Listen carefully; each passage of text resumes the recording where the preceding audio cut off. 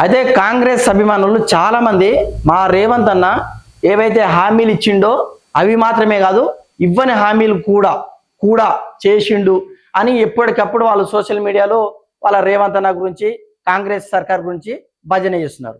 నేనేమంటున్నా అంటే ఫస్ట్ వాళ్ళ కరపత్రం మేనిఫెస్టోలో ఏదైతే పథకాలు ఇచ్చిండో ఇచ్చినవి మొత్తం కంప్లీట్గా సంపూర్ణంగా చేసి తర్వాత ఇవ్వని దగ్గరికి వెళ్తే అప్పుడు మన ఇవి కూడా చేస్తుండు అని మీరు భజన చేసుకోండి. ఫస్ట్ ఒకసారి కాంగ్రెస్ సర్కార్ మీ రేవంత్ అన్న సర్కార్ వచ్చిన 2.5 సంవత్సరాలలో అంటే ఆల్మోస్ట్ దాదాపుగా 2.5 సంవత్సరాలు అవుతుంది.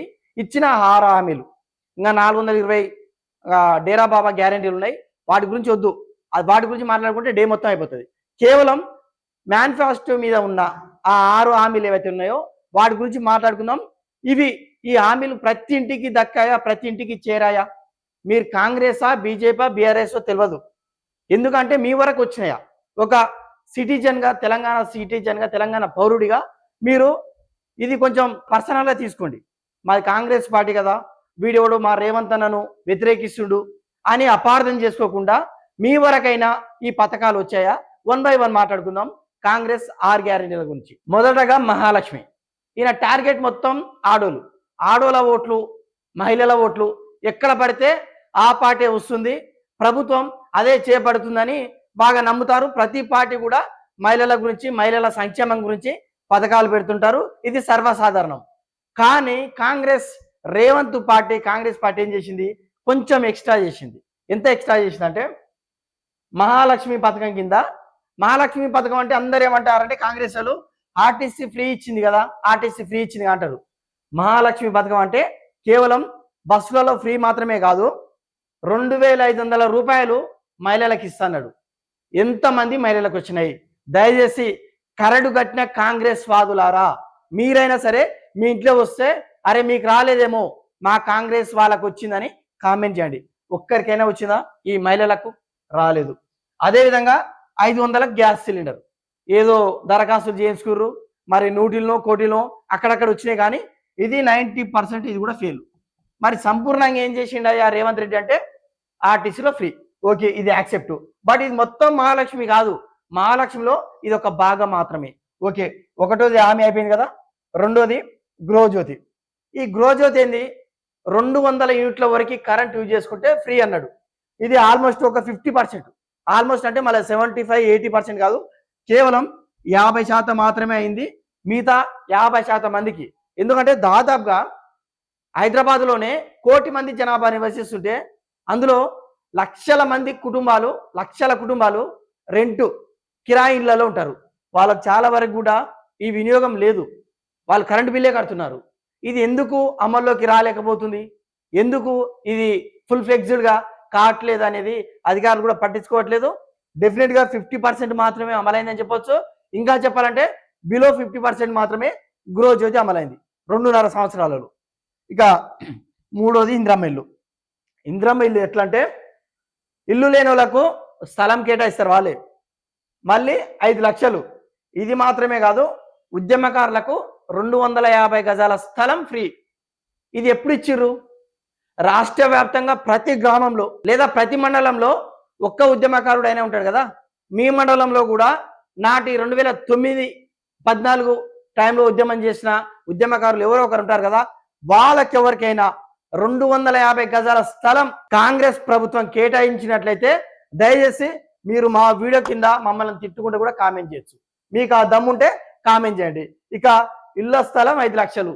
చాలా మంది పేదోళ్ళు ఇందిరమ్మ ఇల్లు వస్తుంది, మీ పేరు లిస్టులో ఉందని చెప్తే ఆ అటు ఇటు ఉన్న ఇల్లును మొత్తం నేలమట్టం చేసి కూలగొట్టి ఇల్లు కోసం వెయిట్ చేస్తుంటే ఆ లిస్టులో పేరు లేకపోవడం, ఒకవేళ పేరున్నా కూడా ఓ 1,00,000 రూపాయలు, ఓ 2 లక్షలు ఏదో ఆ విధంగా అటు ఇటు ఇస్తూ చేతులు దులుపుకుంటే వీళ్ళ మహిళలు వాళ్ళ ఒంటి మీద ఉన్న బంగారం, ఎందుకంటే ఇల్లు మధ్యలో ఆగిపోయిందని ఒంటి మీద ఉన్న బంగారం అమ్ముకొని ఇల్లు కంప్లీట్ చేసుకుంటున్నారు.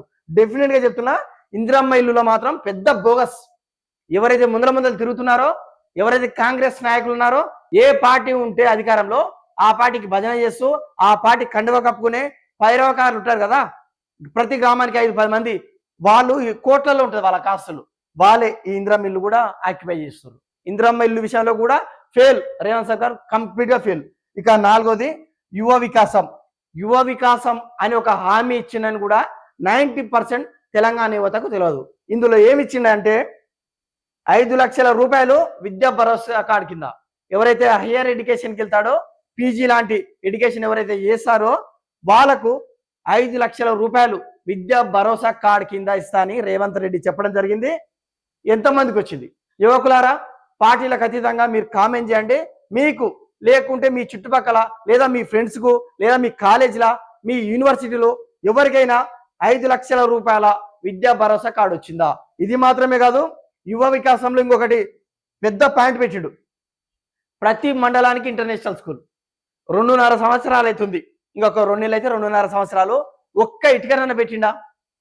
సరే, అది బిల్డింగ్ అయ్యి ఓపెన్ చేసి కలెక్టర్లు రేవంత్ రెడ్డి వచ్చి పిల్లలు మొత్తం పోయి ఇంటర్నేషనల్ స్కూల్లో మొత్తం ఇంగ్లీష్ పీస్ మాట్లాడుతుర్రా అనేది తర్వాత విషయం.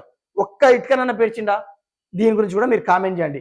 ఇది మొత్తం మాట్లాడిన తర్వాతనే కాంగ్రెస్ రేవంత్ సర్కార్ ఇంత అడ్డగోలు హామీలు ఇచ్చి ఇంత ఘోరంగా ప్రజల్ని మోసం చేస్తుందని మీరు కూడా అనుకోవాలి. ఏదో పైన ఫోటోలు చూసి సోషల్ మీడియాలో భజన చూసి మా రేవంత్ అన్న తోపు తురుమంటే కాదు, మీరు మీకు క్లియర్గా కనబడుతుంది కదా. ఇది తప్పంటే నన్ను తిట్టండి. అదేవిధంగా చేయుత, ఇక్కడ ఈ చేయుత రైతు భరోసా ఉన్నాయో ఇక్కడ ఉంటది బిడ్డ రేవంత్ రెడ్డి. నీకు 2028 ఎలక్షన్స్ లా ఈ 2 సార్లు నిన్ను గద్దె దించనిక ఫిక్స్ అయిపోయినావు. కేసీఆర్ ఫామ్ హౌస్ లో ఉన్నా కూడా గెలుస్తాడని ప్రజాక్షేత్రంలో ముసలులు, రైతులు, మహిళలు అందరు చెప్తున్నారు. ఈ 2 పథకాలు చాలు. చేయుత ఏంది? 4,000 పింఛను. కేసీఆర్ అవ్వకో లేదా తాతకో 2,000 ఇస్తుండు. 2,000 తోటి ఏమొస్తుంది? నేను వస్తా 4,000 ఇస్తా, కానీ అవ్వకు తాతకు మాత్రమే కాదు, అవ్వ తాతకి ఇద్దరు కల్పిస్తా అంటే ముసలు ఏమనుకుర్రు? 8,000 ఇస్తున్నాడు. అరే, కేసీఆర్ అంటే ఎంత అభిమానం ఉన్నా కూడా నా కొడుకులు నా బిడ్డలు చూసుకోవడానికి 8,000 రూపాయలు నాకు వస్తే నేను ఎంత అదృష్టవంతుని. నాకు నా ముసలానికి 8,000 రూపాయలు అంటే రిటైర్మెంట్ అయిపోయిన తర్వాత వచ్చిన పెన్షన్ అంతా.